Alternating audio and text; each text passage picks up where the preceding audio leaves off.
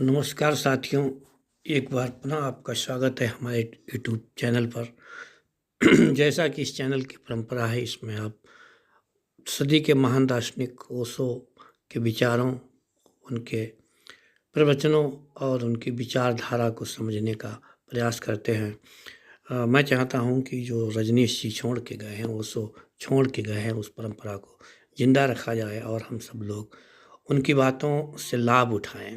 इस चैनल पर यदि आप नए हैं तो इसे सब्सक्राइब ज़रूर करें। यदि आपको अच्छा लगे तो इसे शेयर ज़रूर करें। कहानी है, एक बार एक व्यक्ति गांव में रहता था। तो वो व्यक्ति बहुत ही सज्जन स्वभाव के था। उसके दो बेटे थे। वो अपने पूरे जीवन उसने अपना जीवन मेहनत से बिताया। जो भी काम किया मेहनत से किया। मेहनत से करने की वजह से उसके पास में सद्गुण थे, लोग उसे पसंद करते थे। अचानक वो व्यक्ति बीमार पड़ गया। अब उसके दो पुत्र थे, दोनों लगभग 18 साल का था, एक 20 वर्ष का था। उसने जब देखा कि अब उसे राहत नहीं मिल रही है, उसे बीमारी से मुक्ति नहीं मिल रही है, तो उसने अपने पुत्रों को बुलाया और उनसे कहा कि जीवन में आप कुछ भी करना, लेकिन सच्चाई का मार्ग जरूर अपनाना। सच्चाई का मार्ग अपनाने वाला कभी भी दुखी नहीं रहता है। जो दुखी नहीं रहता है, फिर वो संसार को भी दुखी नहीं बनाता है। हमारे पास जो होता है हम वही बांटते हैं। हमारे पास जो है ही नहीं, वो हम क्या बांटेंगे। व्यक्ति उस व्यक्ति अपने बच्चों को, अपने लड़कों को समझा ही रहा था। लड़के उसकी बात को सुन तो रहे थे, लेकिन वो ये समझ नहीं पा रहे थे कि हमारे पिताजी हमसे क्या कहना चाह रहे हैं। आखिर वो क्या बात है जिसको वो हमें सिखाना चाहते हैं, कौन सी राह वो हमें पकड़ाना चाहते हैं। उसने बूढ़े व्यक्ति ने, बीमार व्यक्ति ने 2-4 दिन प्रयास किया अपने बच्चों को समझाने का कि जीवन में चाहे जो कुछ करना, हम आप पर कुछ थोप नहीं रहे हैं, हम आपको कोई राह नहीं बता रहे हैं, क्योंकि हम तो किसान हैं। हम किसान हैं तो हम खेती करते थे। आपके सामने हमने खेती की, इस खेती से ही हमने पूरे परिवार का गुजारा किया। लेकिन आप जो भी मार्ग अपनाएं, वो मार्ग ऐसा हो कि जिसमें सच्चाई की राह हो। बेटा बात सुनते थे, सुनते सुनते वो ध्यान भी देने लगे धीरे धीरे। और पूरी बात को समझने से पहले, क्योंकि बेटों ने कोई जिम्मेदारी नहीं समझी थी। जब तक पिता उनके काम करते रहे, तब तक बेटों ने कभी उनका हाथ नहीं बटाया। बेटे अच्छे बेटे नहीं थे उस समय तक, लेकिन किसान बहुत ईमानदार, बहुत धैर्यशाली व्यक्ति था। उसने कहा कि ठीक है, मैं आपने अभी तक जो किया उसको भूल जाओ। हमने जो किया वो भी आपको भुलाना पड़ेगा, क्योंकि अब आपको मेरे बाद में ज़िंदगी खुद अपनी जीनी है। अब आपकी नई ज़िंदगी की शुरुआत होने वाली है। अब जो चाहें वो करें, लेकिन सिर्फ मेरी एक बात मान लें, जीवन को हमेशा सच्चाई के साथ जिएं।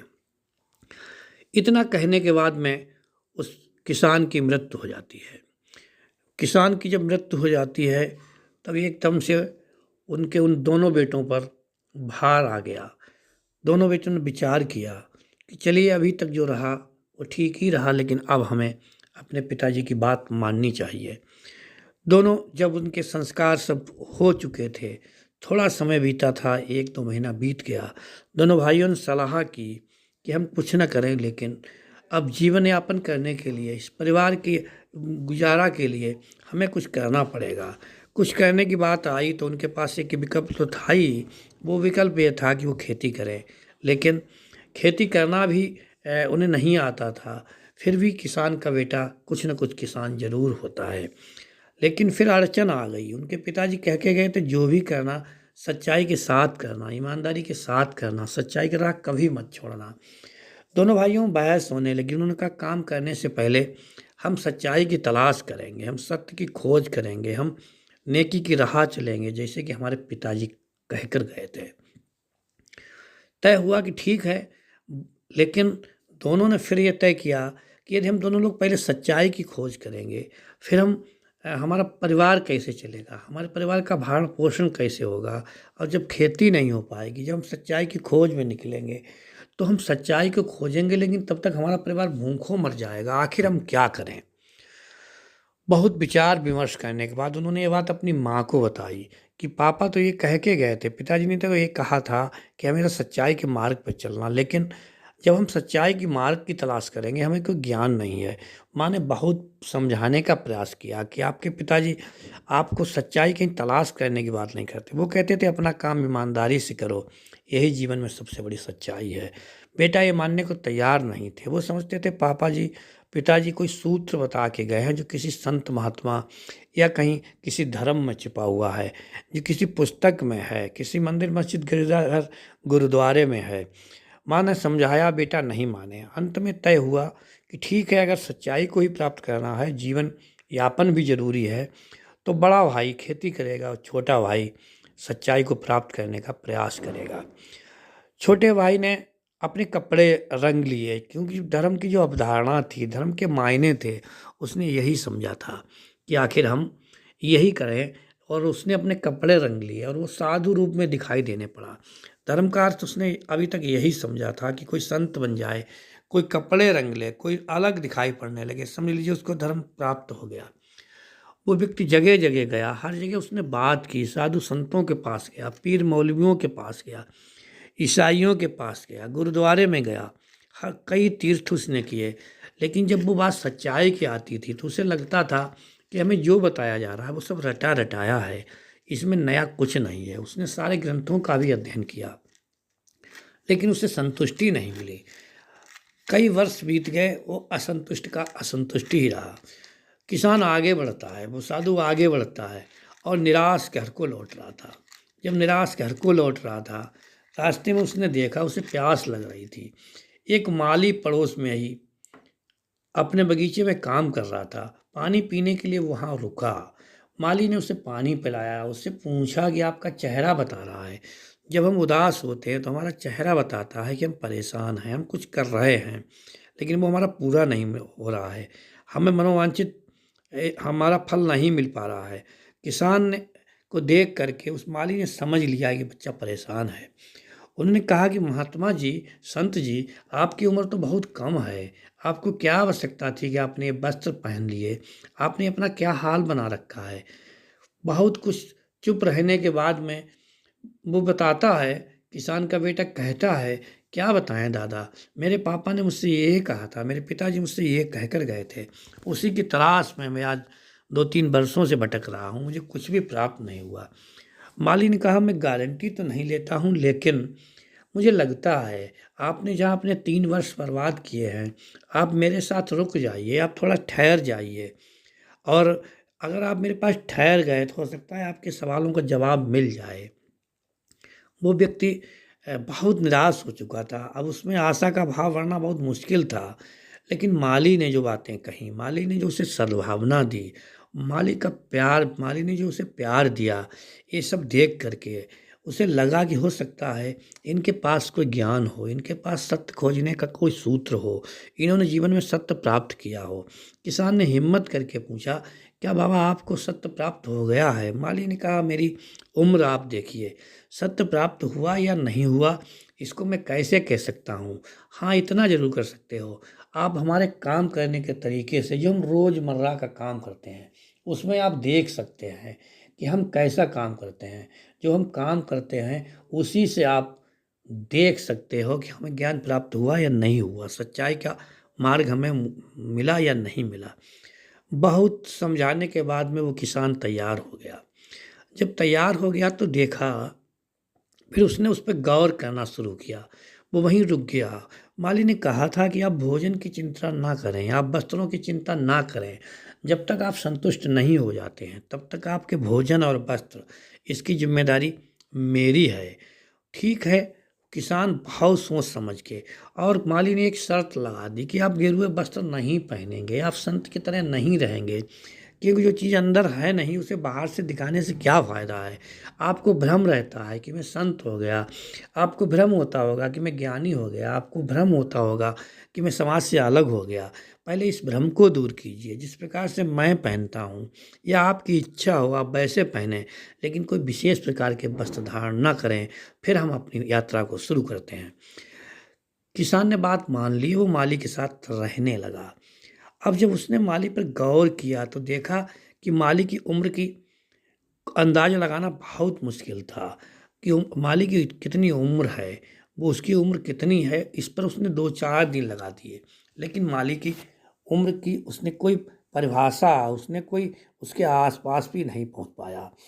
मित्रों, बहुत मुश्किल होता है उस ज़िंदगी की उम्र का पता लगाना जो फूलों के साथ बीतती है, जो प्रकृति के साथ बीतती है, जो प्रकृति के साथ रहता है, वो प्रकृति जैसा हो जाता है। वहाँ पर उम्र संबंधी जो है नियम हार जाता है, वो नित्य नवीन हो जाता है। माली की उम्र उसने नहीं जान पाई, आखिर वो उनके काम देखने लगा। एक दिन किसान से उसने पूछा माली से किसान ने पूछा कि बाबा, आपको कभी ऐसा नहीं हुआ कि आपके मन में ऐसा आया हो, आप कभी निराश हुए हो?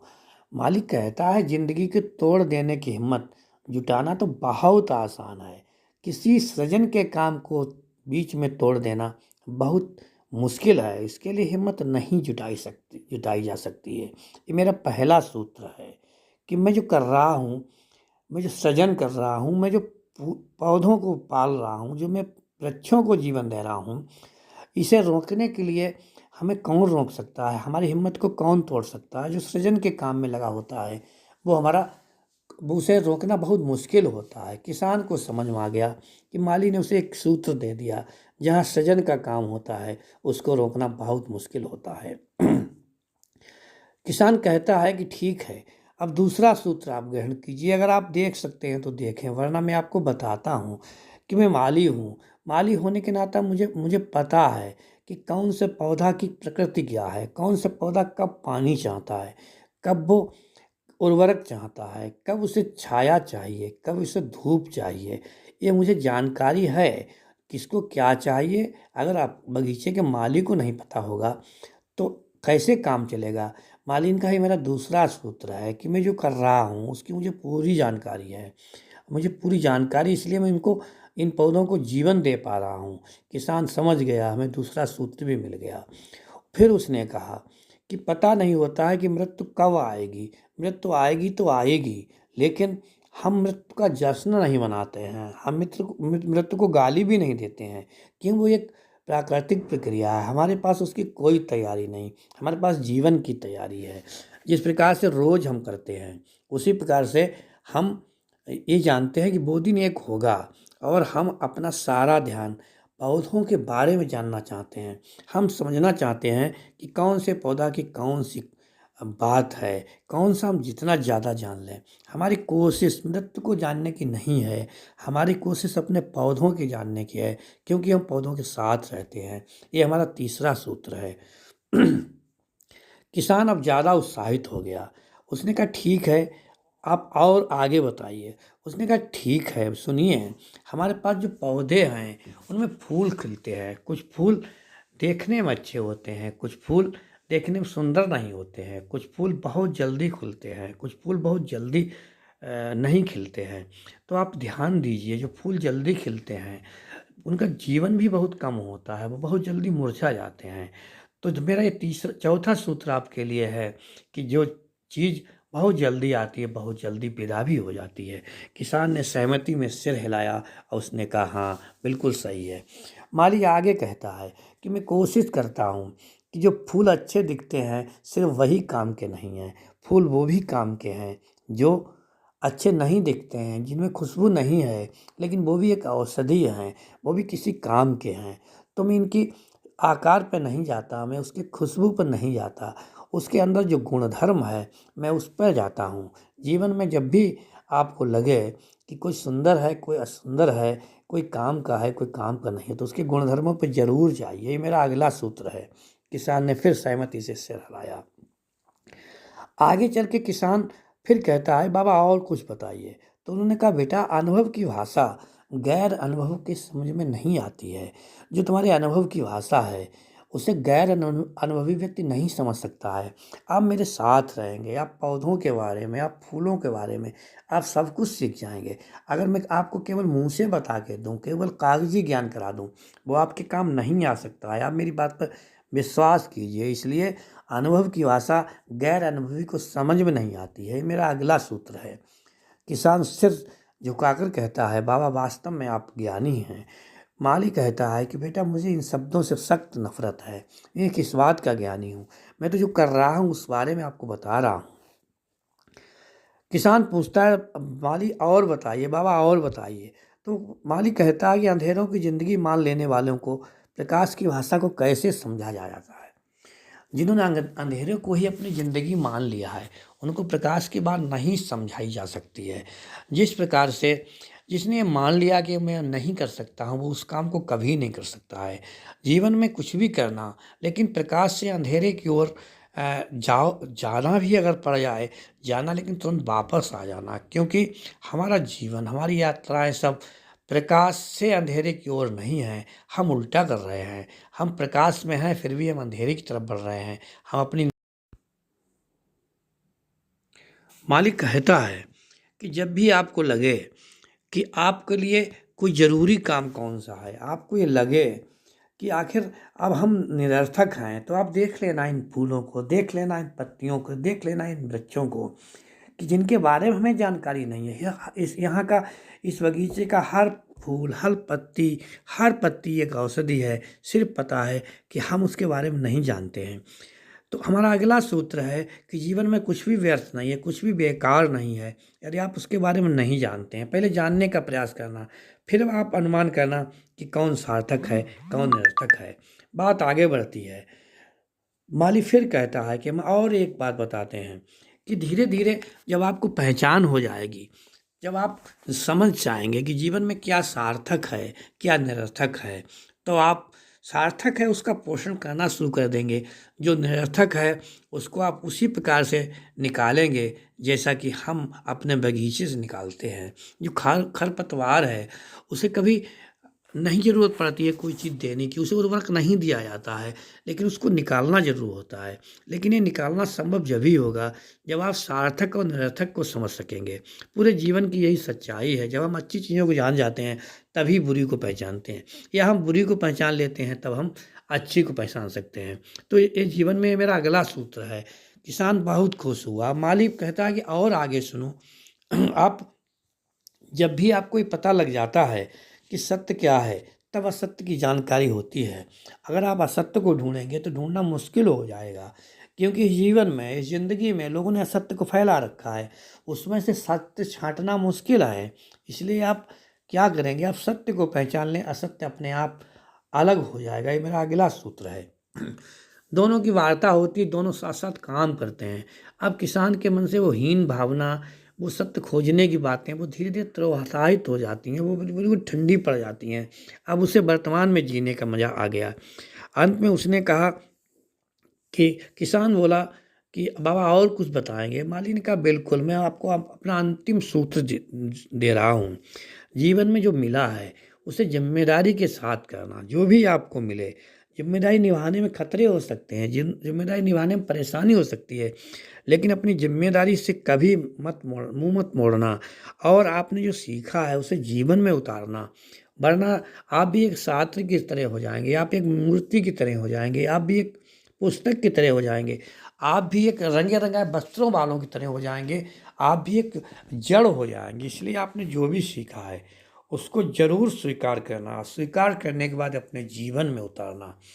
अब वो कहता है, मालिक कहता है कि अब बताइए, क्या आपने के पिताजी ने जो बात, आपने जो मेरी शुरुआत में जो कहानी सुनाई थी कि आपके पिता ने कहा सच्चाई की राह पे चलना, आप सच्चाई को पकड़ना, क्या है आकर आपको लगा नहीं?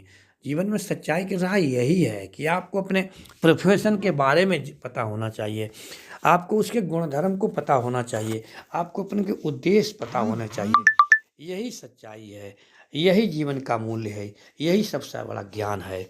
अब अब उसे लगा कि अब तो कुछ शेष नहीं बचा है, तो उसने कहा यही ज्ञान है, यही ज्ञान है, इसी की, यही सत्य की खोज है, यही सत्य है कि आप जो ढूंढने जाते हैं उसका केवल एकमात्र उद्देश्य यही है कि आप अपने बारे में जान लें, आप प्रोफेशन के बारे में जान लें। माली की बात सुन करके किसान को लगा कि मैंने ये 3 वर्षें हैं व्यर्थ में बिता दी। तब माली ने कहा नहीं, उसके लिए भी निराश मत हो, आप तो 3 वर्षों की बात करते हो, यहाँ तो 3 पीढ़ियाँ चली जाती हैं, यहाँ तो 3 सदियाँ चली जाती, यहाँ तो बहुत समय बीत गया, हम यही करते हैं। माली ने सारा कुछ उसको जीवन में सिखाया, लेकिन सिखाने का तरीका बहुत गजब का था। उसने उसे करके दिखाया, अपने जीवन से सिखाने का प्रयास करा कि किस प्रकार से हम सच्चाई को जान सकते हैं। किसान बहुत खुश था। माली ने कहा, ये भी हमारी जिम्मेदारी है जो आपने हमसे सीखा है। यदि आपने कुछ सीखा है, अगर आपको सच्चाई की कोई राह मिली है, तो इतना ज़रूर करना कि आप इस बात को दूसरों तक ज़रूर पहुंचाना। मित्रों, ये कहानी आपको कैसी लगी? माली की शंका का समाधान हो गया, किसान की शंका का समाधान हो गया और उसने सच्चाई की राह को समझ लिया। यदि आपको ये कहानी अच्छी लगी हो तो आप अपने मित्रों से इसे ज़रूर शेयर करें, हमारे चैनल को सब्सक्राइब करें। अंत तक साथ देने के लिए, जुड़े रहने के लिए, हमारे साथ बने रहने के लिए आपका बहुत बहुत धन्यवाद। फिर मिलते हैं अगले एक वीडियो में और एक किसी नई जानकारी के साथ। जय हिंद, जय भारत।